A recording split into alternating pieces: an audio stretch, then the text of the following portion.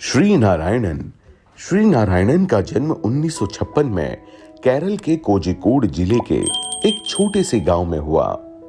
माता पिता खेती कर परिवार को चलाते थे। परिवार आर्थिक संकट झेल रहा था। बचपन से ही वह एक बिजनेसमैन के यहाँ घरेलू नौकर बन गए और जैसे तैसे 10वीं तक की शिक्षा प्राप्त कर बस कंडक्टर की नौकरी में लग गए। सन 1984 में इनकी शादी प्रेमलता से हुई। आज इनके 2 पुत्र हैं। नौकरी के दौरान ही इन्हें अर्थराइटिस जैसे गंभीर बीमारी हो गई। परिवार आर्थिक संकट से गुजर रहा था। इसी दौरान इनको आरसीएम के प्रोडक्ट इस्तेमाल करने का मौका मिला। आरसीएम के हेल्थ गार्ड ऑयल से बहुत प्रभावित हुए और आरसीएम के बारे में उत्सुक होकर सभी को इसके प्रोडक्ट के बारे में बताने लगे। राह आसान नहीं थी, लेकिन यह पैसेंस के साथ लगे रहे और नित नए मुकाम हासिल करते गए। इन्होंने आरसीएम के टारगेट पूरे कर कई देशों की यात्रा की।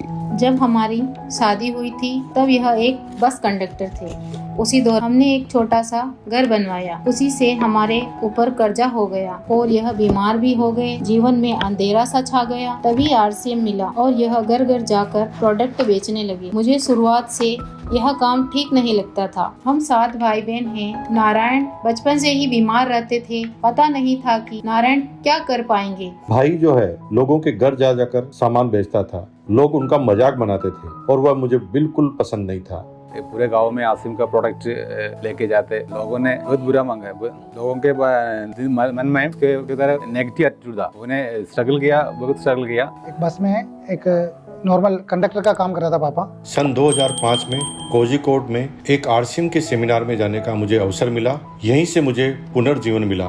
शुरुआत मैंने आरसीएम के प्रोडक्ट की रिटेलिंग से की और मैं कुछ ही समय में 50,000 रुपए के प्रोडक्ट प्रति माह बेचने लगा। धीरे धीरे नेटवर्क भी बढ़ने लगा। कई साथी मुझे बीच में ही छोड़कर चले गए, लेकिन मैं अपनी अपलाइन के संपर्क में हमेशा रहा और पॉजिटिव रहा और निरंतर काम करता रहा। लेकिन इनको आरसीएम का जुनून था। यह विरोध के बावजूद भी आरसीएम करते थे। आज इन्हीं की सोच की वजह से हम एक बेहतरीन जिंदगी जी पा रहे हैं। लेकिन आज यह आलीशान जिंदगी जी रहा है। हमें यह देखकर सुकून मिलता है। लेकिन मुझे आज लगता है कि मैं पूरी तरह गलत था, क्योंकि कामयाबी है ना, संघर्ष के कोख से ही जन्म लेती है। जब मैं फौज में था, जब उधर से जो फोन जो घर में करता था, तो हमेशा पापा बोलता है तो जब जितना फौज में है उससे ज़्यादा मैं कमाऊंगा।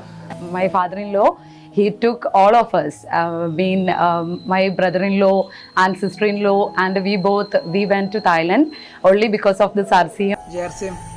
मैं अपनी सरकारी नौकरी में होते हुए भी ये सब नहीं कर सकता। आज मुझे लगता है कि मुझे भी अब आरसीएम पर ध्यान देना चाहिए। सिर्फ अच्छा लाइफ ही देखा। अब वो आसिम का बड़ा आदमी बन गया।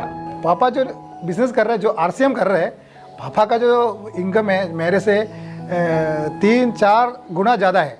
आज आरसीएम के बाद हम विदेशों की यात्रा कर पा रहे हैं और अच्छी जिंदगी जी पा रहे हैं। आज इन्हें आरसीएम में टार एमराल्ड की पिन से सम्मानित किया जा रहा है।